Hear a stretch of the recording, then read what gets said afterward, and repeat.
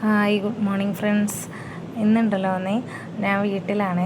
അപ്പോൾ ഇന്ന് രാവിലെ എഴുന്നേറ്റ് വീട്ടിലെ പ്രഭാത കർമ്മങ്ങളെല്ലാം നമ്മുടേതായ കാര്യങ്ങളൊക്കെ ചെയ്തു.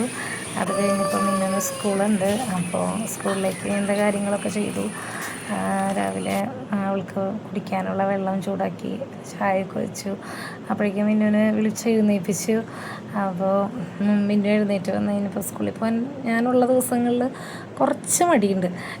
എന്നാലും വിളിച്ചപ്പോഴേക്കും വേഗം റെഡിയായി.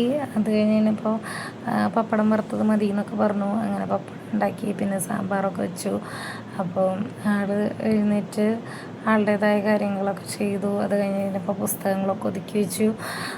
സ്കൂളിലേക്ക് പോകാനുള്ള പുസ്തകങ്ങളൊക്കെ നമ്മളെന്തൊക്കെ ഒതുക്കി വെച്ച് കഴിഞ്ഞാലും ആൾക്ക് ആളുടേതായ ഒരു വെക്കലുണ്ട്. അപ്പോൾ വീണ്ടും അവൾ തന്നെ എല്ലാ കാര്യങ്ങളൊക്കെ ചെയ്തു. അത് കഴിഞ്ഞ് അവൾക്ക് കൊണ്ടുപോകാനുള്ള ലഞ്ചിനുള്ള കാര്യങ്ങളൊക്കെ റെഡിയാക്കി. അപ്പോഴേക്കും ഞാൻ അവളോട് പറഞ്ഞു പോയി കുളിക്കാനൊക്കെ പറഞ്ഞു. അങ്ങനെ പോയി കുളിച്ച് വന്നപ്പോഴേക്കും ഡ്രസ്സും ഒക്കെ തേച്ച് വെച്ചു. അപ്പോൾ ഡ്രസ്സൊക്കെ തേച്ച് ആൾ അതൊക്കെ ഇട്ടു. ഇതൊക്കെ ഇവൾ ഇടുന്നത് കാണാനായിട്ട് എനിക്ക് ഭയങ്കര ഇഷ്ടമാണ്. അപ്പോൾ ഞാൻ ഇങ്ങനെ നോക്കിയിരിക്കുകയായിരുന്നു ഇവളിങ്ങനെ ഓരോന്ന് എടുത്തിടുന്നത്. മമ്മി ഇത് ഇടുമ്പോഴൊക്കെ കുറേ വിശേഷങ്ങളാണ് കേട്ടോ. ഞാനിപ്പോൾ 2 ദിവസം വീട്ടിലില്ലെങ്കിൽ 2 ദിവസം ഉണ്ടായ എല്ലാ കാര്യങ്ങളും, സ്കൂളിലെ കാര്യങ്ങളും ടീച്ചർമാരുടെ കാര്യങ്ങളും കുട്ടികളുടെ കാര്യങ്ങളും ഇതൊക്കെ പറയും. എന്നെ മുഖത്തുള്ള പരിപാടികളൊക്കെ ഒന്നും ചെയ്യാനായിട്ട് എന്നെ സമ്മതിക്കില്ല. തലമുടിയും എന്നെ കൊണ്ട് തൊടിക്കില്ല. ഞങ്ങൾ ഈ പ്രാവശ്യം കൊറിയൻ കട്ടാണ് കേട്ടോ മുടി ചെയ്തത്.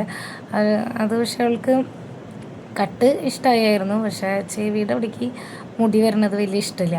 അപ്പോൾ അത് കാരണം കൊണ്ട് മുടി ഇങ്ങനെ ഫ്രണ്ടിലേക്ക് ഇടുള്ളൂ. പിന്നെ കമ്മലൊക്കെ ഇട്ട് കൊടുക്കാൻ പറഞ്ഞപ്പോൾ പറഞ്ഞു ഞാൻ ഇട്ടോളാം എന്നൊക്കെ ആദ്യം പറഞ്ഞു. ഇട്ടിട്ട് ശരിയാവാണ്ടായപ്പോൾ എന്നെ തന്നെ വിളിച്ചു. പിന്നെ പൊട്ടും പൗഡറൊക്കെ ഇട്ട് ആൾ സുന്ദരിയായി. അങ്ങനെ ഞാനത് കഴിഞ്ഞപ്പോൾ ചോറൊക്കെ എടുത്ത് വെച്ചു. ബാഗൊക്കെ റെഡിയാക്കി.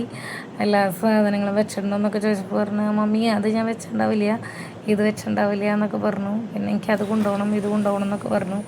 അങ്ങനെ ബാഗൊക്കെ റെഡിയാക്കി. ബാഗ് കൊണ്ടുപോയി ഫ്രണ്ടിൽ എടുത്തു വെച്ചു. അപ്പോൾ ഞാൻ അപ്പോഴേക്കും ദോശയും സാമ്പാറും എടുത്തുകൊണ്ട് വന്നു.